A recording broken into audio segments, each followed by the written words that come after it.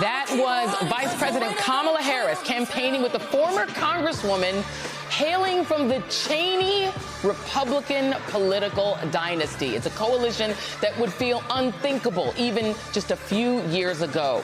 And before Vice President Harris's remarks, here was former Congresswoman Liz Cheney and what she had to say about Donald Trump. I have never voted for a Democrat, but this year I am proudly casting my vote for Vice President Kamala Harris. Vice President Harris is standing in the breach at a critical moment in our nation's history. She's working to unite reasonable people from all across the political spectrum.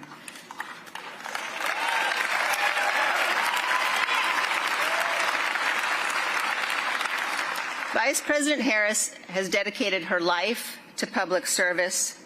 I know that she loves our country, and I know that she will be a president for all Americans. As a conservative, as a patriot, as a mother, as someone who reveres our Constitution, I am honored to join her in this urgent cause. And there you have it. The Democrats doing their coalition building with maybe the most unlikely pairing in recent history. Vice President Kamala Harris and Liz Cheney, even Dick Cheney, father of Liz Cheney, the man still vilified by Democrats for his bullish defense of the Iraq War as vice president. He, too, will vote for Kamala Harris, meaning Liz Cheney, Dick Cheney, and AOC are all voting for the same presidential candidate. These are bizarre times, folks, just to say the least. But maybe, just maybe, this is the Avengers-style coalition needed to defeat the American Thanos that is Donald Trump. Joining me now is Jelani Cobb, staff writer for The New Yorker and dean of the Columbia University School of Journalism. Charlie Sykes, MSNBC contributor, and Juanita Tolliver, MSNBC political analyst, host of Crooked Media's What a Day podcast, and author of the upcoming book, A More Perfect Party. Thank you all for being here. I am going to go to you first, Jelani. You're going to be our historian. You're going to be our historian of record for today, because this is actually a pretty momentous thing that we are seeing happen in the Democratic Party, and that they are coalescing the old guard of the Republican Party, at least the part of the old guard that has the courage to step forward. And that's not all of them. Some of them do not have said courage. The ones who are willing to step out there and make a claim for American democracy, plus progressives like AOC, who actually wedded themselves to Joe Biden's really progressive agenda as president for the most part, and Kamala Harris, who comes from the San Francisco prosecutor's office to the attorney general's office to the United States Senate to the vice presidency, with the full and active and eager support of black women who propelled her into that position, and who is this sort of multiracial coalition candidate just even in her own life. It is extraordinary. It's extraordinary history, Jelani.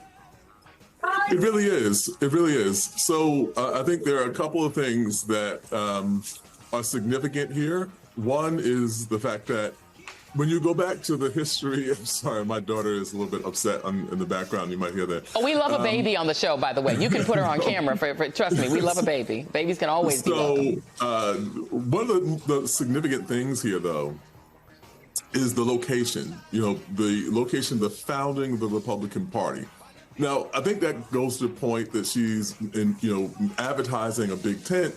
You know, we want people who are reasonable, who recognize the threat that Donald Trump presents, et cetera. But go back and think about the circumstances that the Republican Party was founded under. And that's where you see the real historical resonance. That party came together as a kind of wild amalgam of people who were free soilers, people who were former Whigs, which was a political party that basically collapsed, because of sectionalism. Mm-hmm. Even a few people who were from the old American Party, which was, also known as the Know Nothings. And so those people came together. They had less in common than probably any other political organization you could think of, except for the fact that they recognized a common threat. They realized, under the banner of free soil, free labor, free men, that slavery had become the defining issue and threatened to tear the country apart. So that significance of being there in Ripon, Wisconsin, really anchors and relays the point that they're making about the threat they see to American democracy right now.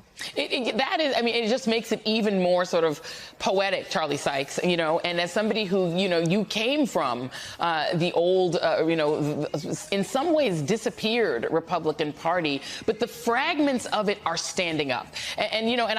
Look, from a policy point of view, some of us who are very deeply against the Iraq War are no fans of the Cheneys, but I give her tremendous credit, as I do, Adam Kinzinger and some of these other people with whom I have no point of agreement on policy, but I give them credit for courage, because not everybody has the courage. Mitt Romney's done a lot, to try to hold his party together and keep the old. He don't have the courage to come out and endorse Kamala Harris.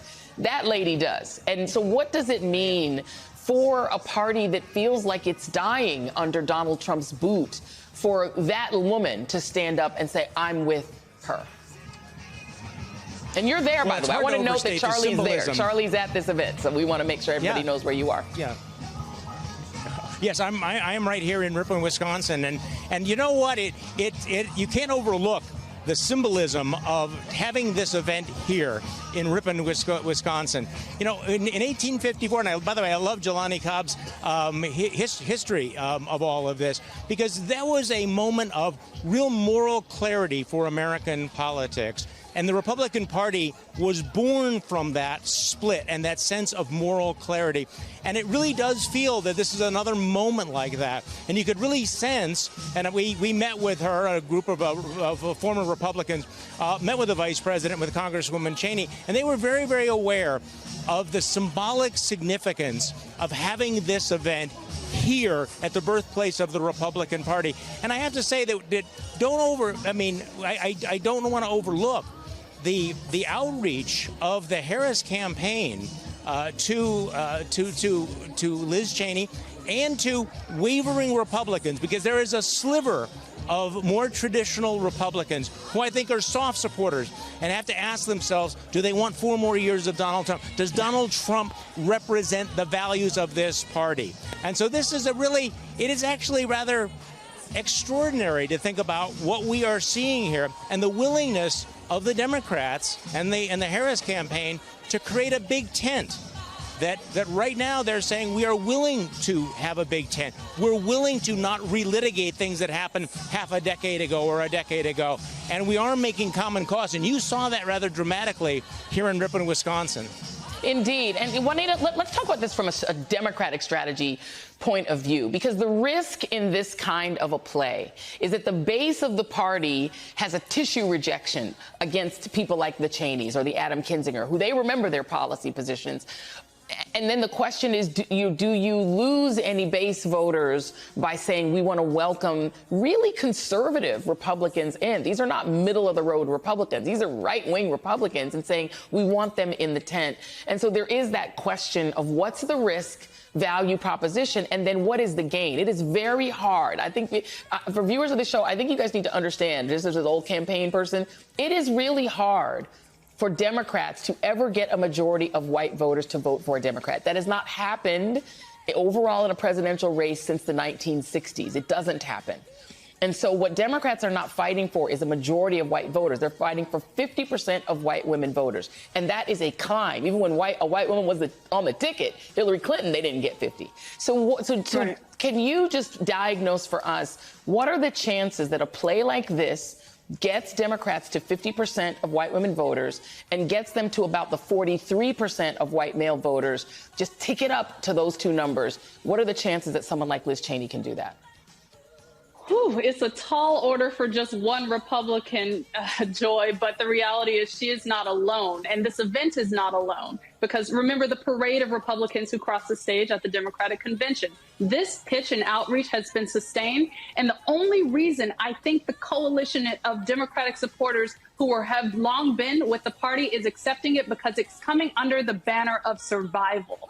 Honestly, I feel like this coalition should say brought to you by Donald Trump, because the threat he presents, it's so wide reaching that people see it and understand the need to band together against it.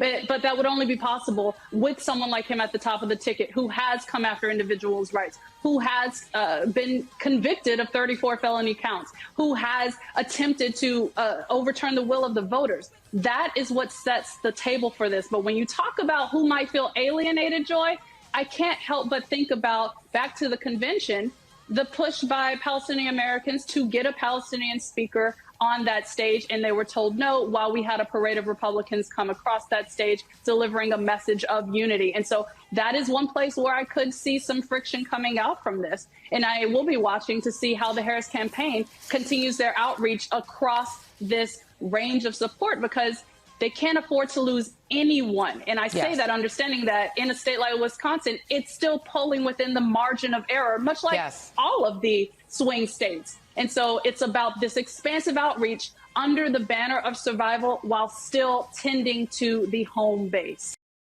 Here, because President Trump told us we had something big to look forward to, and I believe the Vice President Pence was going to certify the electoral votes or not certify them, but I guess that's just changed, correct? And it's a very big disappointment. I think there's several 100,000 people here that are very disappointed, but I still believe President Trump has something else left. Still haunting, right?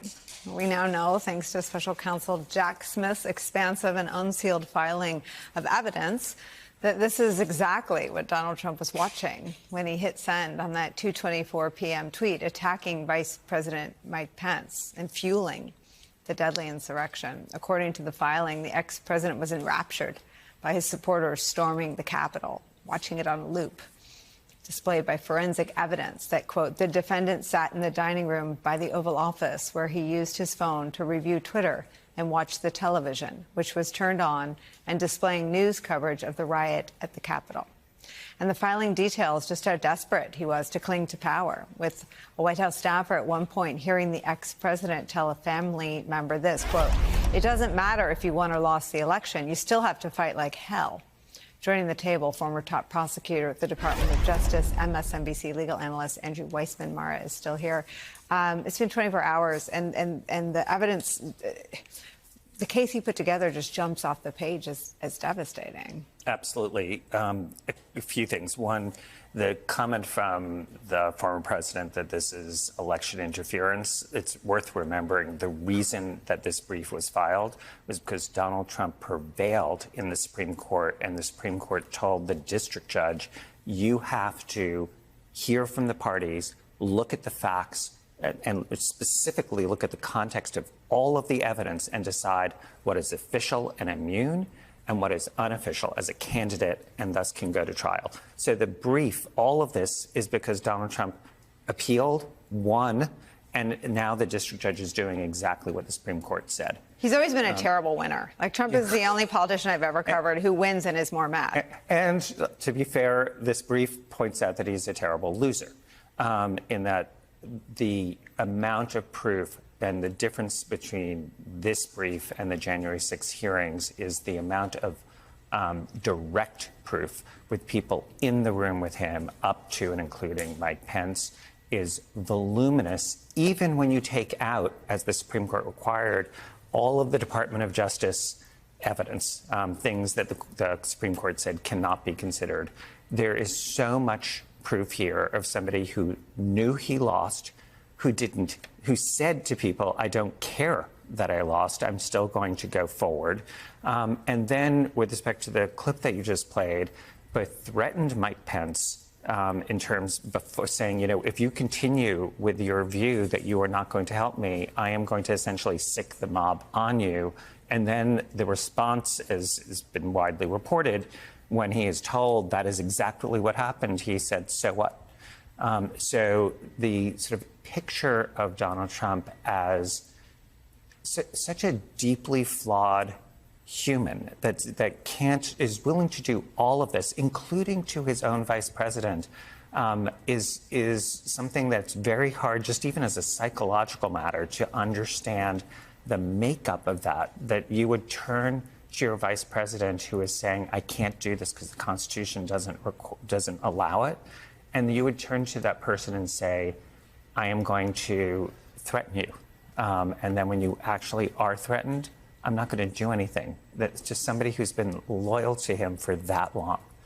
Tell me how much you learned from Pence's testimony, because it feels like that is the biggest bucket of new content that we have in here, but that even in that bucket, there are clearly notes, there are clearly meetings, they're the meetings that Pence's staffers, people like Mr. Short and Mr. Jacobs were in, and we saw some of that come to life in the congressional probe. But there are a lot of one-on-one meetings that, if you add that to the timeline, really deepen our understanding of Trump's one-on-one pressure campaign. Well, first, just in terms of corroboration, this isn't going to be just Mike Pence. You do have his contemporaneous notes that are referenced.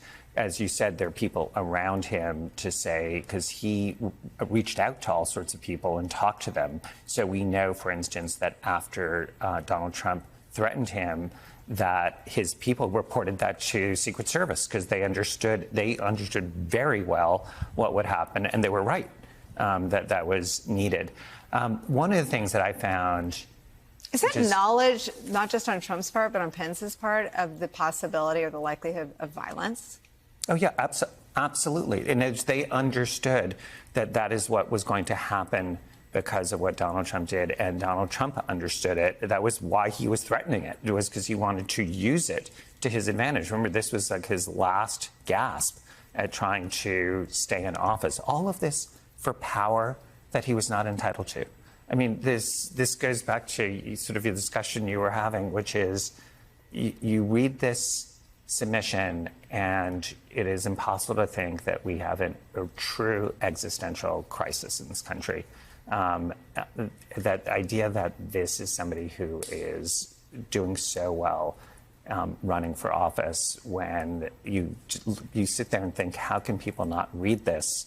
And the only thing I was thinking when you were talking in the prior segment is for people who are enablers to really call them out, for the people, whether it's newspapers. I know this show has you cover it to fairly well, but I think newspapers, politicians, corporations that are trying to hedge their bets and giving money to both sides, you really need to sort of say, are you reading what this is and what this means for America? Well, I have to sing in a break, but I want to drill down on how much new evidence we have about his willingness to make things up, because there are kids and families in Springfield, Ohio, who are living under the burden of that.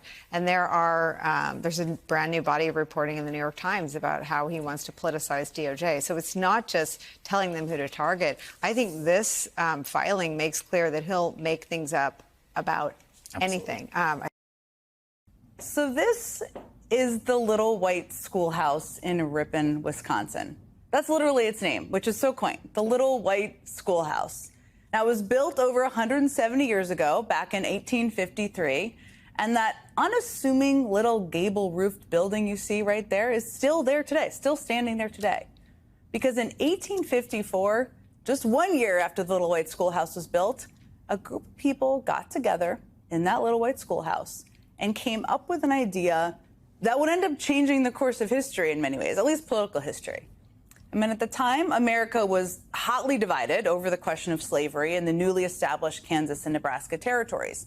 And the people who met in that building, in that Little White Schoolhouse, decided they should actually start a new political party, a coalition party that brought together members of the Whig Party and the Free Soil Movement, and even some disaffected Democrats who all had very different political visions for the country, but who were all united around their opposition to the moral crisis at the time of slavery. Now, they decided to call their new political party the Republican Party. And the rest, as they say, is kind of history. The Republican Party would, of course, become the party of Lincoln, the party that would end slavery and establish itself as one of America's two major political organizations for the next century and a half, and still today. And it's one of history's greater tragedies that the Republican Party of today is no longer that coalition of people committed to the idea of fighting back against America's worst impulses. Because today's Republican Party is instead a cult of personality that basically revolves around one guy, Donald Trump. But there are still moments of brightness, because today in Ripon, Wisconsin, the birthplace, as I've just walked you through, of America's grand old party, a new kind of coalition came together to put its own stamp on American history. Earlier this evening, a Republican sheriff from Iowa, you can see him right there, took the stage in Ripon to introduce another Republican. The daughter, of course, of a Republican vice president who has long been despised in many Democratic circles for his role in pushing America into the war in Iraq. A woman who was once a member of Republican Party leadership, serving as the chair of the House Republican Conference just 3 years ago. Yeah, she was there, along with other Republicans, as part of a new, wide-reaching, basically moral coalition, who stood on the stage with the Democratic nominee for president, Kamala Harris, and said this. I tell you, I have never voted for a Democrat.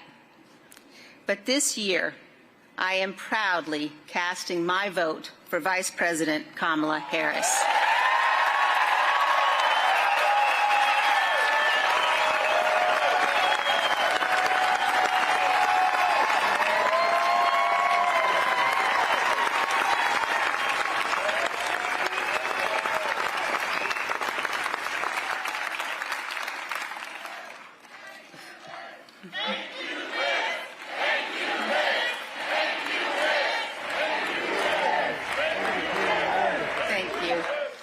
But mostly we're not going back.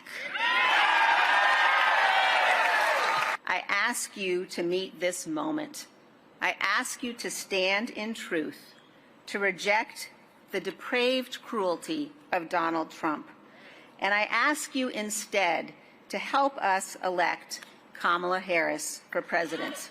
There are so many powerful forces that have been intent on trying to demean and belittle and make people afraid. And there are many who know it is wrong, and then there are those who have the courage to speak out loudly about it and the conviction to speak truth.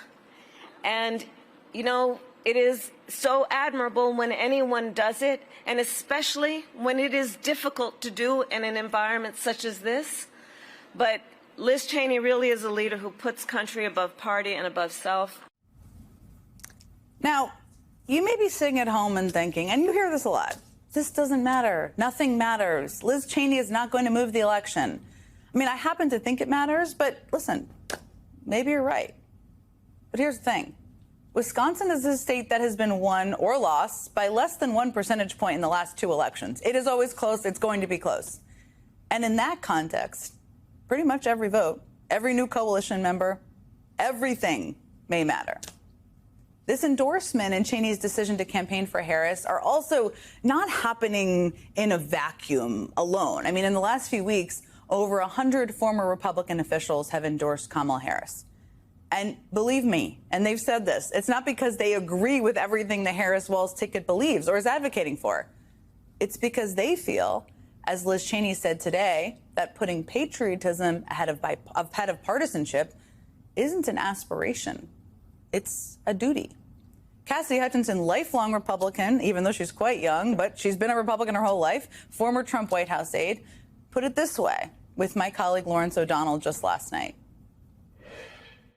I am really, really proud as a conservative to have the opportunity to vote for Kamala Harris and Tim Walz in this election. I say to Republicans who may be on the fence, I understand how frightening it can be to potentially break with your party, but Donald Trump and J.D. Vance cannot be trusted with the Constitution.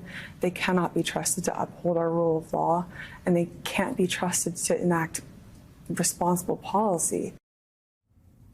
So, of course, it's great. It's good to have Republicans like Liz Cheney and Cassidy Hutchinson and the more than 100 Republican officials who have endorsed Harris all speaking out about the fact that one candidate will defend the Constitution and one won't. But here's the thing. There are a whole lot of other Republicans, prominent ones, who have voiced their opposition to Trump, who have expressed concern about very specific things, like his ability to be commander-in-chief, about his temperament, even about his morality, who have still stopped short of endorsing his opponent, Kamala Harris. And look, I'm going to call them out because we need to. People like Mitt Romney, who said he fears Trump will target him and his family if reelected. People like former President George W. Bush, who Trump has castigated and attacked at every turn. People like John Kelly, who said that Trump, quote, has nothing but contempt for our democratic institutions, our Constitution, and the rule of law, and he would know he worked for him. And people like Mike Pence, who would definitely know, whose life was literally threatened by Trump and his mob on January 6th, and whose safety was a matter of such utter indifference to Trump, warranting only a so what. Look, I'm not saying it's easy. As Cassidy Hutchinson just said, it's not easy. It's never easy to go against your own political party. Liz Cheney has definitely felt the consequences. I mean, she was excommunicated from the party that she spent her life, that her father spent his life serving in. But as Kamala Harris said tonight about the threat Trump poses, there are many who know it is wrong, and then there are those who have the courage to speak out loudly about it and the conviction to speak truth. So Mitt Romney, George Bush, John Kelly, Mike Pence, we are 33 days from an election.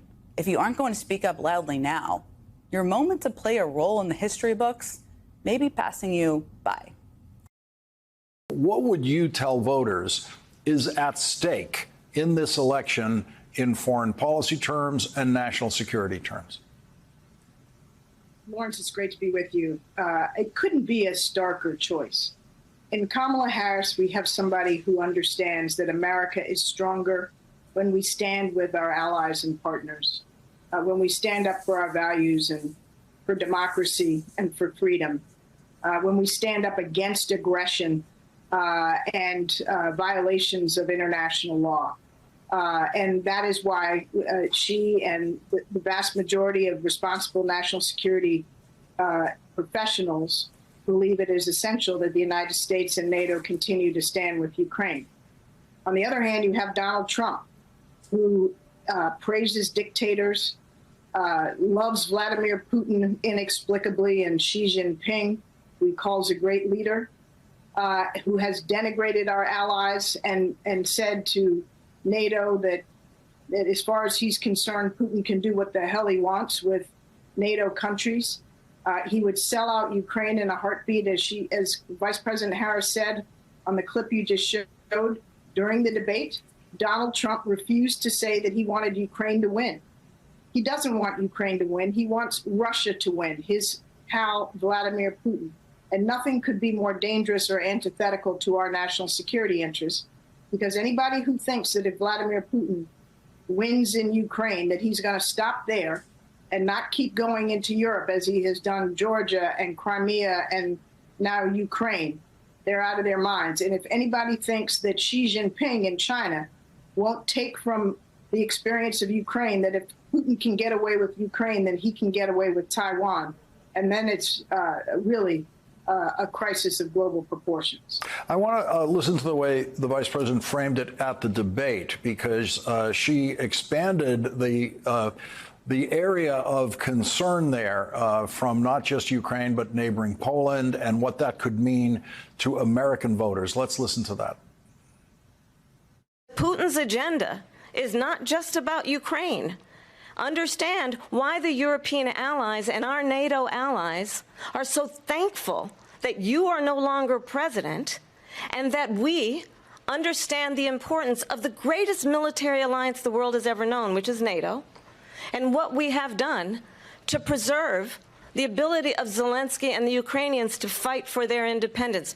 Otherwise, Putin would be sitting in Kyiv with his eyes on the rest of Europe, starting with Poland. And why don't you tell the 800,000 Polish Americans right here in Pennsylvania how quickly you would give up for the sake of favor and what you think is a friendship with what is known to be a dictator who would eat you for lunch. Eastern European countries, the Baltics, Poland, and everybody on that front line of Russia know that this is existential for them as well. Now, Putin has been very clear. He hates NATO. He hates the fact that we have the strongest alliance that the world has ever seen. And his ambition is to break NATO and seize NATO territory.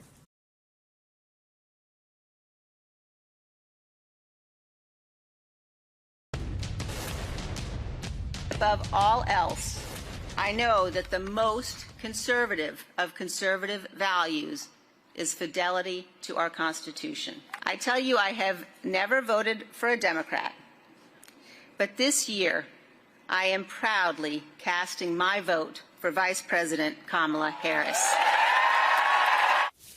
Boom shakalaka, former Republican Congresswoman Liz Cheney, that is right, is making her full-throated appeal to Republicans who aren't sold on Trump to vote Harris instead. But our next guest says it might not be that simple. I'm joined now by Stacey Abrams, former Democratic leader of the Georgia House, host of the new Crooked Media podcast, Assembly Required, and author of the new children's book, Stacey Speaks Up. It is out now. Stacey, it is an honor to speak to you tonight. So much focus has been on convincing swing voters, Republicans, to vote for Harris. But is that the most effective strategy? Because you once told me a story about swing voters, and it has stuck with me for years. They're much harder to get than people think. Well, I think that we're talking about a different category of voter this time. Swing voters, where you're attempting conversion from one value system to another, that's conversion. That's not persuasion. My parents are pastors. Their job is conversion, and that's hard to do. It takes a long time. But what we're seeing happen with Liz Cheney and Kamala Harris is about persuasion. And I think Liz Cheney framed it perfectly. You're trying to convince people that the priority of their values in this moment are aligned with the vote that you want them to take. And for conservatives, if you believe in protecting democracy from autocracy, then your values demand that you vote for Kamala Harris. You're not trying to convert them to believe in the fundamental policies of the progressive and democratic wing of the party. You are trying to convince them that preserving the nation that we all love is the most important activity. But I think when you widen the aperture, what you recognize for swing voters, it's often not a question of do they want one candidate or the other. It is who do they think will reflect their values most. And where I push back is when we spend all of our time trying to convince someone who doesn't share our values at all to change their mind, when you can instead focus on someone who shares your values but is not convinced about the efficacy of voting. That's where you're focusing on behavior, not values, and that's where we can also pick up new voters and turn out more people. Cheney is part of a Republican political dynasty. Do you think there are a lot of voters out there, especially in battleground states, that think like her? Absolutely.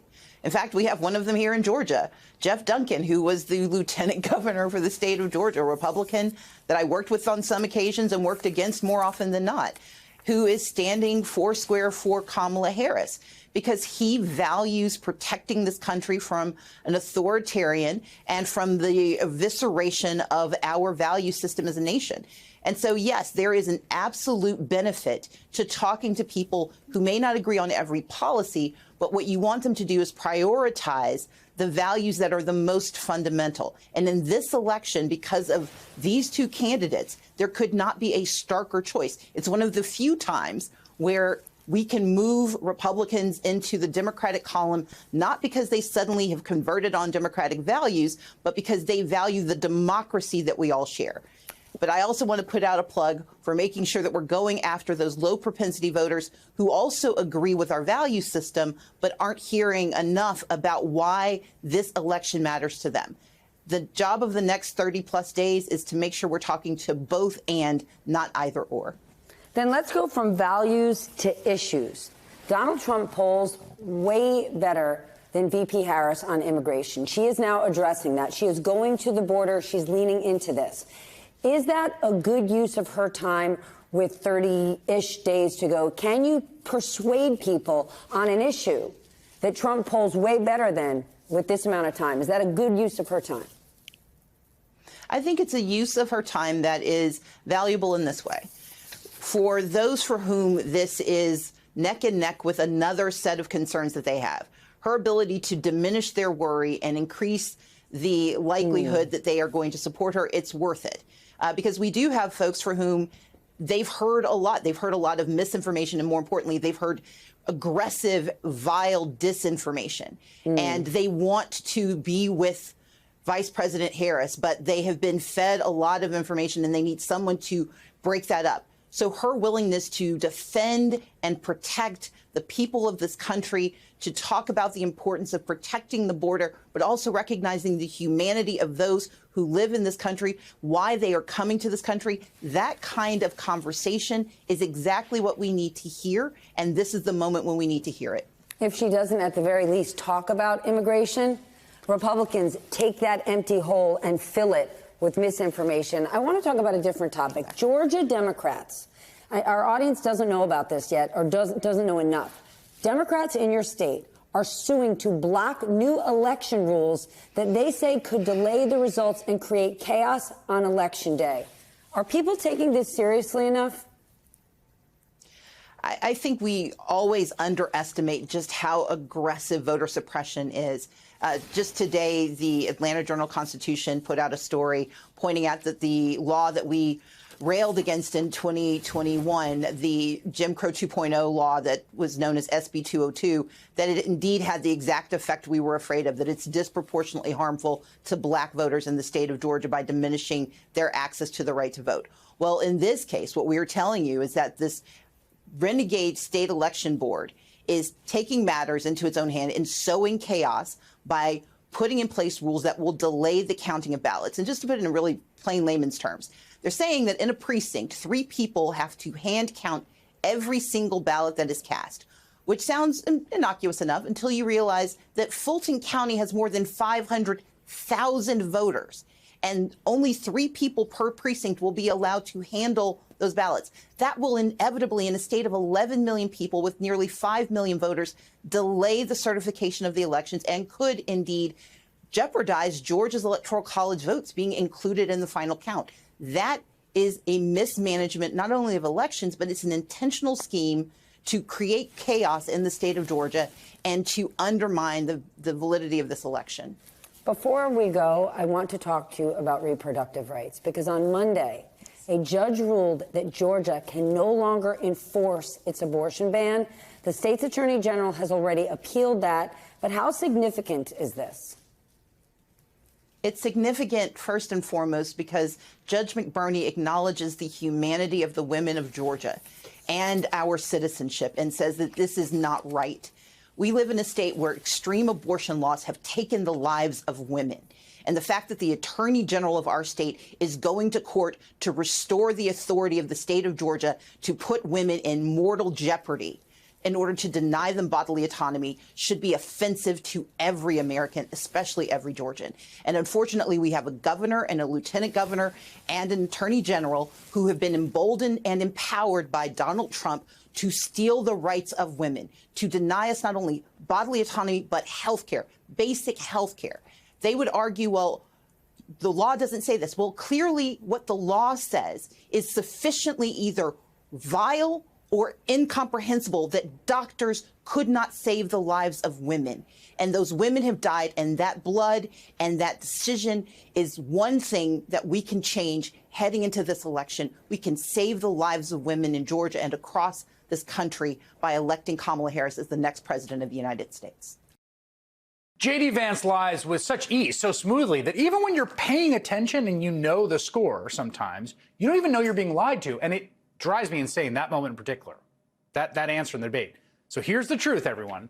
The United States, under President Joe Biden and Vice President Kamala Harris, right now already produces more energy than any other nation on earth and more energy than the U.S. ever has in the past, including the Trump administration. In fact, the Biden Department of Energy helped open the second of 2 nuclear reactors in Georgia in May. Those are the first nuclear plants in the U.S. in 30 years. Just in July, Biden signed a bipartisan bill into law aimed at vastly growing domestic nuclear energy. What do you call it when someone says the opposite of the truth? Let's just call it the Trump-Vance campaign, an entire political movement premised on Americans not believing their lying eyes, directing hate and rage at outgroups rather than dealing with the thorny and difficult work of attempting to actually solve problems with actual solutions.